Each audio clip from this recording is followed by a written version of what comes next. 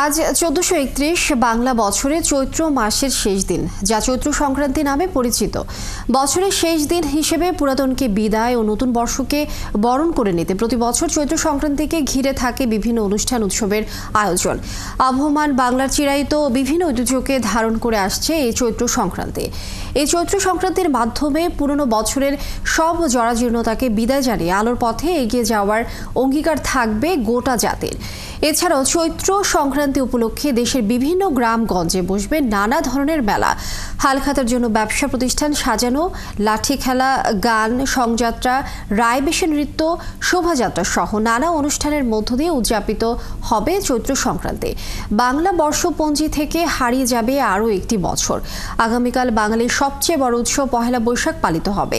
পুরানো বছরের সকল গ্লানি ভুলে বরণ করা হবে বাংলার নতুন বর্ষ ১৪৩২কে।